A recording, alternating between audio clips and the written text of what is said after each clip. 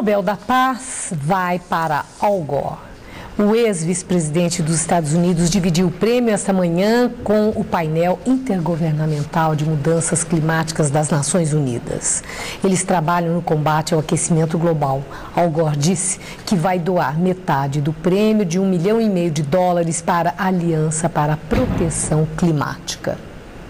O porta-voz do Comitê do Prêmio Nobel justificou a escolha pelo esforço que o painel de mudanças climáticas da ONU e Al Gore fizeram para aumentar e disseminar os conhecimentos sobre o impacto do homem no aquecimento global.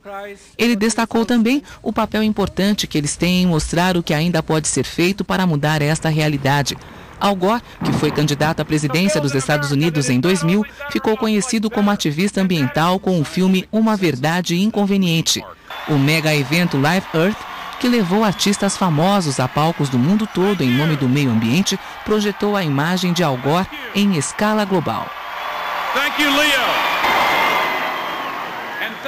O presidente do painel intergovernamental de mudanças climáticas da ONU, Rajendra Pachauri, disse que está muito feliz por receber o prêmio, mas que o Nobel deveria ir para toda a comunidade científica. 2.500 cientistas de 130 países diferentes trabalham na ONU para alertar as mais diferentes comunidades sobre o impacto ambiental das suas atividades. E está em nosso estúdio em São Paulo o jornalista José Paulo Kupfer, comentarista do Jornal da Gazeta. Toda vez que há uma premiação, há aquela avaliação não só do mérito de quem recebe, mas da mensagem subjacente ao prêmio. No caso de Al Gore, a gente vê que há mais do que uma mensagem e ambas políticas. Uma delas que seria uma revanche em relação a Bush, um grande resistente às iniciativas para a preservação ambiental no mundo. E sem falar naquela derrota de Al Gore, né? E a outra é a questão ambiental propriamente dita, em que na hora da premiação o reconhecimento que foi dado a ele por ter despertado o grande público do mundo inteiro para algo que implica, sobretudo, sobrevivência. A ele e ao painel que fez esse mesmo serviço, continua fazendo e que chama a atenção de um certo modo dramático, talvez até um certo excesso de dramaticidade neste momento, para os problemas, para as limitações, para o precipício que a humanidade pode estar caminhando se não tomar cuidado e não começar a fazer o seu desenvolvimento dentro do novo modelo, né, Maria Lídia? Do modelo sustentável. A palavra de ordem desse Nobel é sustentabilidade para as sociedades, para as políticas públicas, para as empresas, para os negócios, para o emprego. Não dá mais, esse é o recado, para crescer, para desenvolver sem preservar, sem conservar, sem fazer um equilíbrio com os elementos naturais do planeta. Sem isso, não se chegará muito longe na humanidade nessa quadra. Agora, é interessante que nos grandes encontros internacionais para tratar essa questão, quando aparece a resistência, aparece exatamente de país desenvolvido como os Estados Unidos.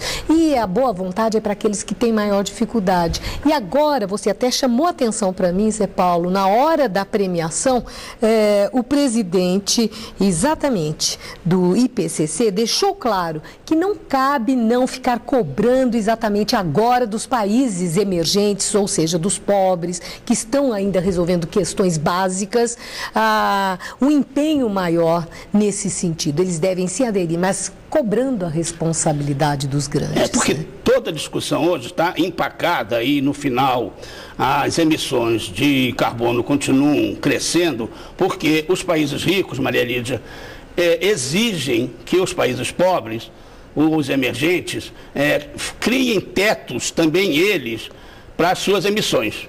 E essa discussão é infindável porque os ricos não querem reconhecer que eles já fizeram o estrago, continuam fazendo e querem agora que os emergentes, que os que ainda estão procurando, por exemplo, fornecer, oferecer, dar acesso à energia por exemplo, para todos os seus, a sua população, coisa que ainda não existe, que eles também limitem as suas emissões. Isso, de fato, é um crime contra os países que não conseguem ainda atender às suas exigências. Agora, o que o presidente do IPCC diz também é o seguinte: esses países, no entanto, não podem crescer, não devem se desenvolver no modelo que os países ricos adotaram nas últimas décadas, porque aí realmente ninguém vai ver o fim dessa história. Agora, Zé Paulo, já há uma sensibilidade do povo, né, nos vários países para essa questão do aquecimento global, até porque as pessoas estão sentindo isso na pele, né? É palpável. Mas do ponto de vista dos interesses da economia, das vantagens econômicas, da grande importância do desenvolvimento sustentável, da sustentabilidade, os empreendedores, os empresários, os investidores têm essa sensibilidade e percepção?